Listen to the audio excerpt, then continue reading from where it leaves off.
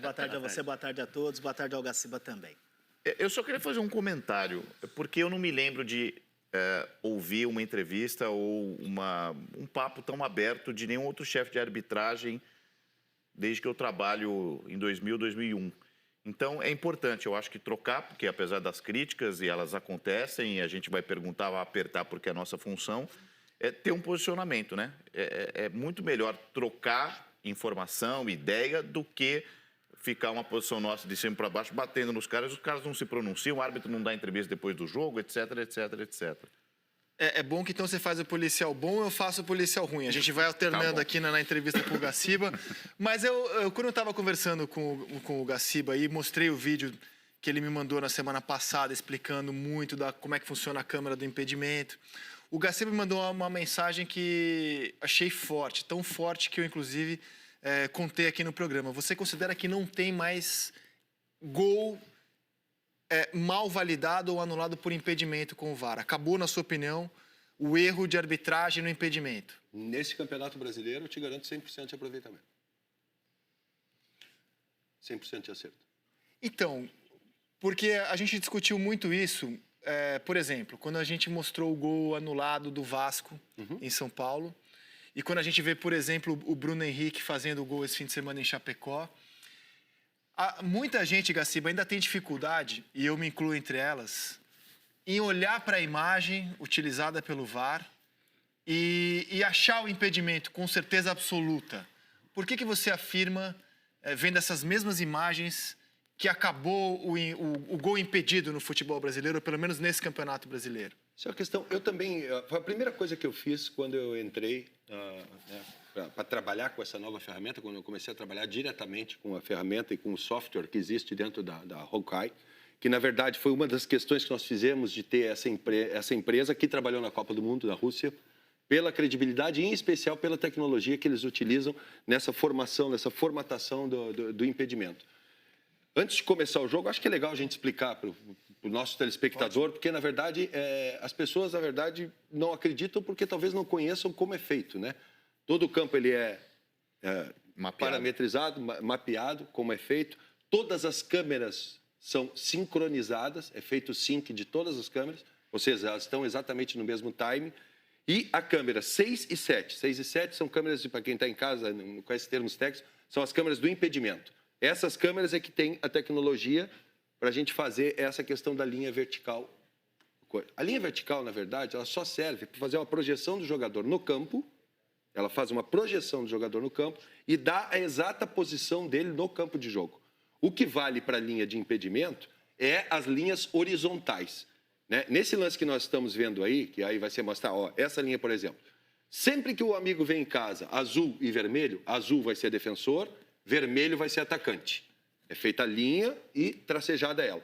Por que está vendo só azul aí, Gaciba? Porque caiu exatamente uma linha em cima da outra. E quando tem a linha azul, significa mesma linha. Mesma linha, gol legal. Então, é feita uma projeção do jogador. E a gente, inclusive, neste vídeo que tu mostrou, a gente faz essa simulação no Maracanã. Com a linha horizontal, que é a que a gente estava acostumado a ver na TV, a projeção do corpo do jogador fica dentro da área escura. E nos dá a sensação que ele está, mas é o que a gente está vendo. Essa correção da paralaxe é o que esse programa faz.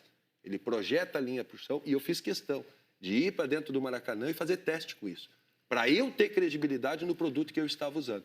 E afirmo que a tecnologia é 100% precisa. Agora, você concorda que muitas vezes, você olhando essa imagem que a gente viu do Bruno Henrique ou do Gabriel na semana passada na Libertadores, eu tenho dificuldade em cravar, em ter essa certeza sua. Eu tenho que confiar no software. Exato. Sim. Exato. Sabe Perfeito, então é isso. minha dúvida? Temos que confiar no software. Onde minha dúvida Fale. é essa paralisação do software quando ele faz... Essa aí, essa pode fazer, Rizek, aqui. Quando for esse tipo de jogada aqui, pode fazer o mesmo que vocês têm aqui, o mesmo programa. Sim. Pode utilizar. Sim. Não tem problema. Vai mostrar a mesma coisa. Sabe onde minha dúvida? Aí, para mim, tecnicamente falando, o que eu acho que seria mais claro? Passar a parte escura para o lado de cá e deixar a parte clara do lado direito da tela, para conseguir mostrar que um pedaço do pé, né, do Gabriel está adiantado em relação ao calcanhar do Kahneman. Acho que se fosse feita essa troca, acho que seria mais... Você tem convicção de que havia impedimento nesse mais lance? Mais claro, para mim, um pedaço do pé do Gabriel... Sabe onde que é minha dúvida? essa você congelou a imagem e fez a linha. Se foi exatamente no contato com a bola ou não. Mostra para mim, por favor, se vocês puderem, gente, já que vocês tinham mostrado, mostra quando a gente mostra a imagem explicativa, tanto do gol do Flamengo, pode ser, ou do gol do Quadradinho em cima. aquele no canto, que aí eu vou mostrar para o Pet como é que é. Eu acho que é legal mostrar para o pessoal de casa. Boa pergunta do Pet. O que acontece, Pet? A gente escolhe uma câmera que é a melhor câmera que tem em questão de contato com a bola. Como as câmeras estão todas... Olha lá, aquela parte superior direita ali, tá vendo ali? Os árbitros fazem um vai e vem no contato com a bola. Então a gente vê, a regra do jogo, até pelo árbitro de vídeo, ela foi trocada e deixou bem claro. É o primeiro contato com a bola. Então o primeiro frame que o jogador toca a bola. Então eles ficam fazendo vai e vem até a bola começar a se mexer. Quando teve esse primeiro contato com a bola, aí se para a imagem.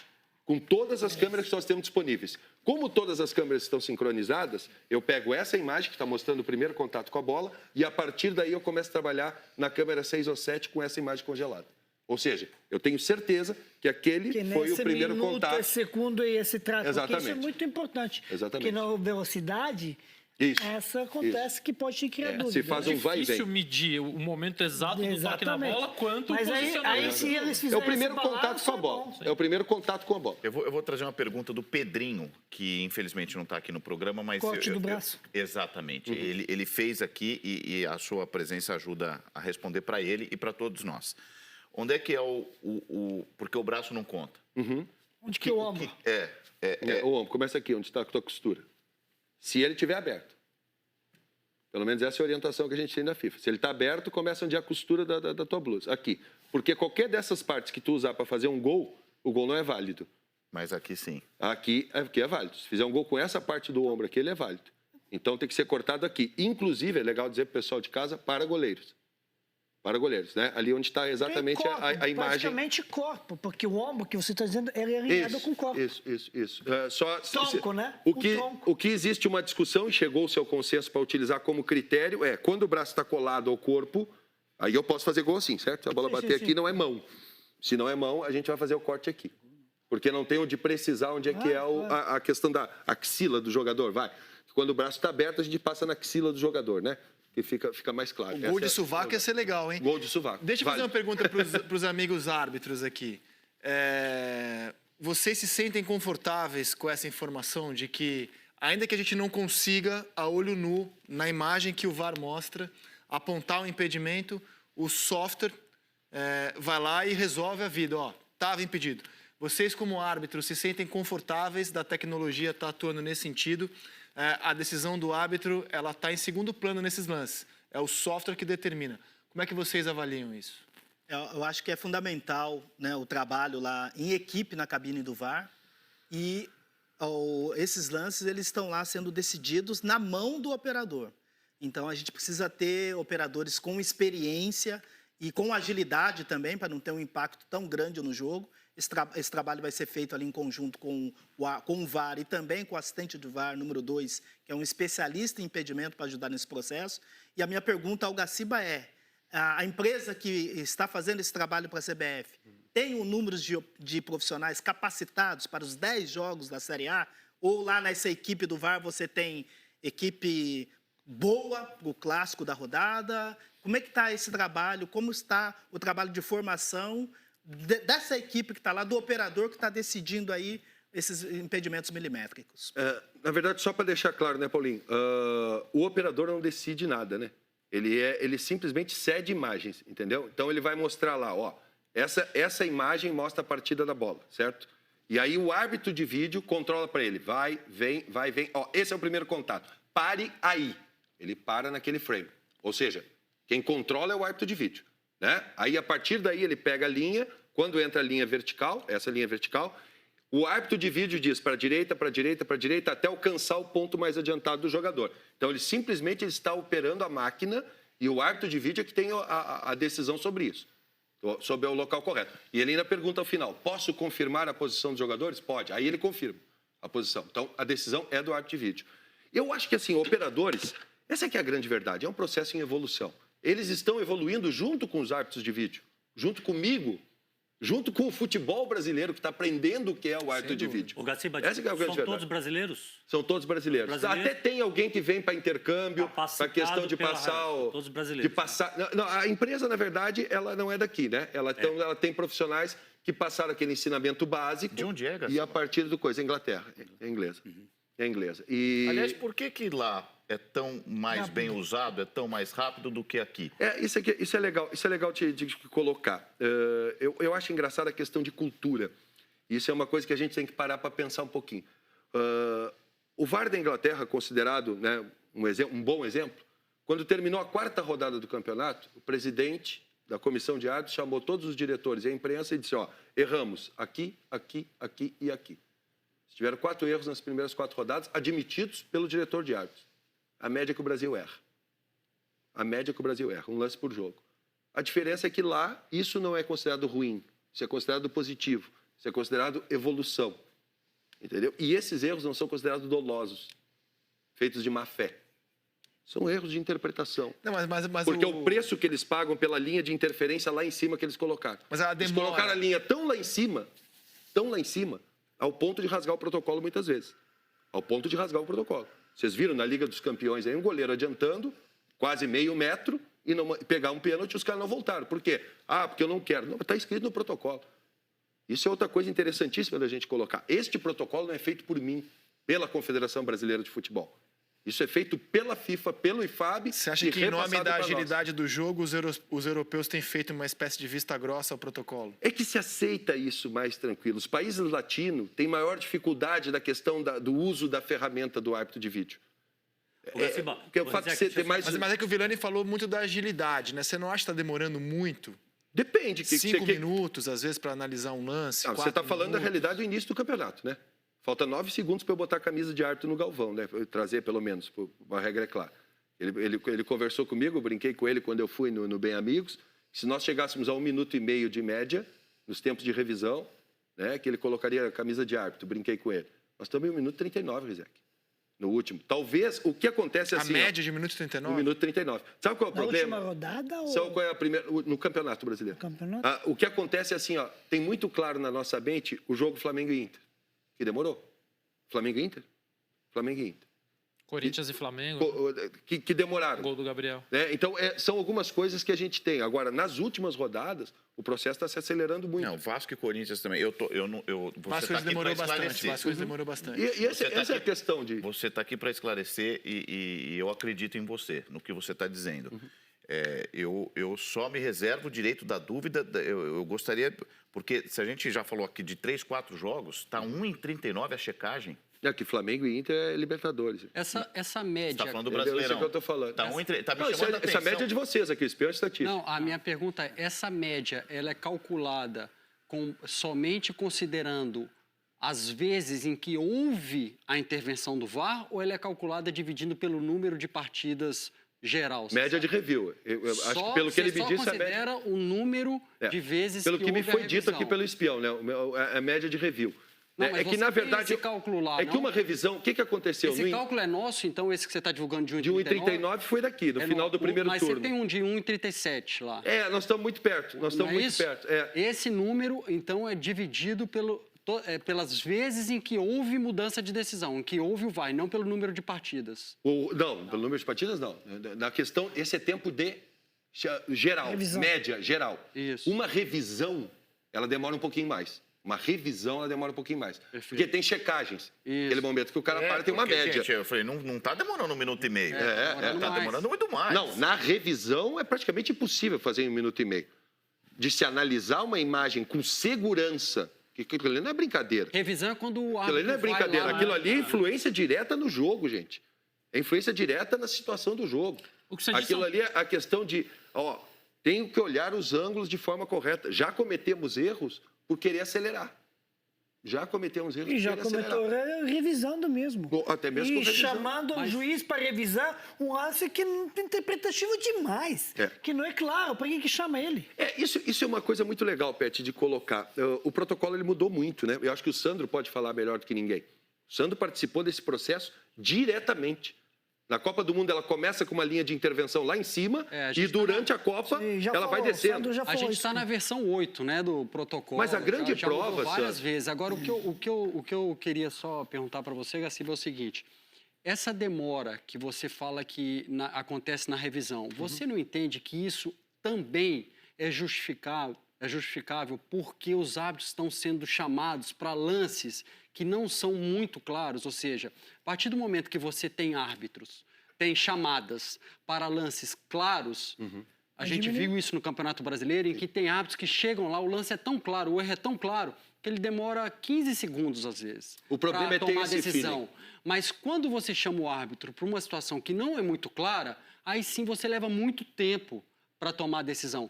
Eu acredito que esse tempo que está demorando do árbitro na frente do monitor se deve muito ao fato dele estar sendo chamado para lances que não são muito claros. Pode ser? Só aproveitando o gancho do Sandro, queria ouvir do Gaciba, o que você considera como linha de intervenção ideal? A nossa aqui, em vários lances interpretativos, ou a da Premier League com aquela intervenção lá em cima e o jogo continua com fluência? É cultura, aí concordo com ele, é cultural. Mas qual que você acha adequada? Para mim, é o Qual meio padrão termo. que você Meio tem termo. que chegar? Nós vamos ter que achar um meio termo nisso. Porque é o seguinte, essa frase não é minha, essa frase é do Manuel. Um erro claro não é um erro grosseiro. E nós estamos nos dando com situações em que existe um erro claro de arbitragem, mas um erro mostrado por uma câmera de trás do gol, por exemplo, que é uma imagem que o árbitro não tem. O árbitro não viu aquilo. O árbitro não consegue enxergar por aquele ângulo, entendeu, Paulo? Um goleiro sai, né, uma jogada disputa naquela coisa, mas a câmera de trás do gol mostra o goleiro pegando o pé do cara.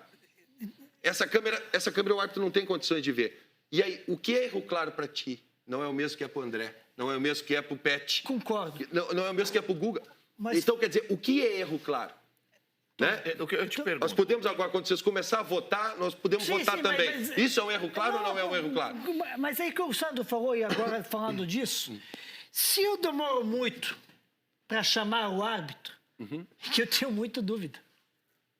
Ou não tem a imagem. Ou não tem imagem? Por que Ou, que não ou tem está imagem? buscando a imagem Estou esclarecedora. procurando, o que estou procurando? Estou fazendo Formiga. peneira, estou fazendo peneira, estou fazendo aí. Estão fazendo 360 graus. Isso é o que é orientado pela FIFA. Tudo bem, mas quanto Pega-se a demora isso imagem, na- pega-se a imagem. Depende. Aí vai Depende. ficar difícil. Depende. Porque se eu Depende. demoro muito para chamar, é que não tenho muita clareza. Aqui estou debatendo que somos 3, 4 lá juízes, né, na Eu sala entendo. de vídeo.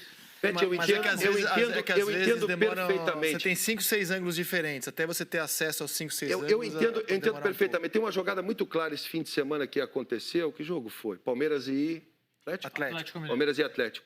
No qual tem uma imagem de transmissão no cruzamento para dentro da área, que a bola bate no pé do jogador e sobe, né? Sim. Tem uma imagem da transmissão que tu jura que a bola foi na mão do cara. É isso. Mas jura. pouco. Ah, foi do... Fábio Santos, Bateu na mão e não bate no chamou, pé do bateu na Elias. mão. Não foi? Foi o... Acho que o Elias que bate no pé Igor dele. Não. O Fábio Santos é quem dá o carrinho, a bola parece que bateu na mão E mesmo dele, se mas bateu batesse no na pé do jogador mão, que não tá seria pênalti, Seria porque porque era mão de apoiou no apoio. chão. Mas aí tem uma outra imagem. Não, eu estou dizendo a questão. mas não Aí bateu tem, na mão. aí tem uma outra câmera Que é muito claro que que bateu é no muito pé. claro que não toca. É no pé do outro zagueiro que toca. Isso, Não é? isso, foi. Então, São dois são jogadores situações difíceis de se estar. Olha, eu gostaria muito de convidar vocês, se Deus quiser, o nosso projeto vai dar certo, a gente vai poder fazer isso. Convidar vocês para participar de dentro de uma cabine do árbitro de vídeo. Participar de um jogo de dentro da cabine do árbitro. Eu fiz um Não, teste, vamos jogo, foi enlouquecedor. Um jogo. Enlouquecedor. Imagina num jogo no qual uma Obrigado. chamada de você, e qual a chamada de você muda a história do Foi jogo. enlouquecedor. Voluntário, Muda a história. eu quero ir. Não, Não. o que o Gaciba Vamos- tá... Posso? O que o Claro, Gaciba faça, tá... depois a gente vai entrar nos lances O da Sandro rodada. participou pela experiência. Então, o que o Gaciba está falando, eu participei. Já tive na cabine várias vezes como árbitro de vídeo, em jogos da Copa das Confederações, da Copa do Mundo. Já errei, já acertei. Então, assim, isso faz parte do processo. Mas a orientação que a gente recebia, o David Ellery, né? Sim. Que foi quem, vamos dizer assim, que idealizou isso tudo, o protocolo, ele que foi que liderou esse processo. Ele sempre falava o seguinte, ele falava, toda vez que o árbitro de vídeo estiver procurando 4, 5 ângulos para achar a melhor decisão, é porque o lance não é um erro claro. Então tem que tomar cuidado entre o que o Gaciba falou de deixar passar um lance claro por, entre aspas, preguiça de checar outras imagens, mas também você ter essa habilidade. Isso leva tempo. Agora, se você levar em consideração, Rizek, pessoal da mesa, que na Copa do Mundo a gente tinha 33 câmeras e era mais veloz e o índice de acerto, vamos dizer, eu quero dizer que é o mesmo, mas eu acho que lá era maior.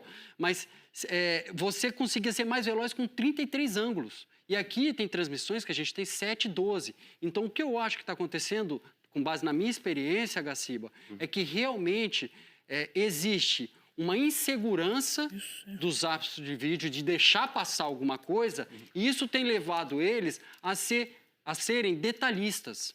E quando o cara é detalhista, além dele levar mais tempo, ele começa a procurar coisas que no jogo real não são relevantes. E induzem o árbitro ainda ao erro. Você vê, você vê a diferença do que as coisas evoluem e o processo, conforme você mesmo falou, né, com muita competência. A questão, nós estávamos no 8º e estamos indo para o 9º, já está escrito o 9º protocolo. Nós estamos indo para o 9º protocolo. Hoje em dia se diz, não analise um jogo com menos de 3 câmeras. Menos de 3 ângulos. Não analise o jogo por menos de 3 ângulos. Então, é uma das orientações. Se ver por 3 ângulos para não perder a questão da imagem. E aí pergunto para vocês, pênalti da final da Copa do Mundo. Erro claro e óbvio da arbitragem? Aquela mão? Para mim não foi pênalti. Não foi pênalti. Também acho que não. Não, mas aquilo Ou lá... seja, todos nós, comentaristas de arbitragem, Da eu Croácia, estou me incluindo, para a França. contra a estou Croácia. me incluindo na época, em comentarista, na época que eu comentava lances, hoje eu não comento mais. Naquela época que eu comentava lances, considerei pênalti pelo movimento adicional no final. Né? Tu acha que aquilo ali foi visto em uma câmera, em velocidade normal? Ou foi feito um super slow para mostrar que houve um movimento adicional do jogador? Teve super slow. Então, quer dizer, lógico, nós mudamos a questão do protocolo, do que é um erro claro e óbvio. É muito difícil você ter uma ferramenta na mão e, como árbitro de vídeo, observar e dizer, meu Deus, meu árbitro errou, mas não é claro, eu não vou chamar.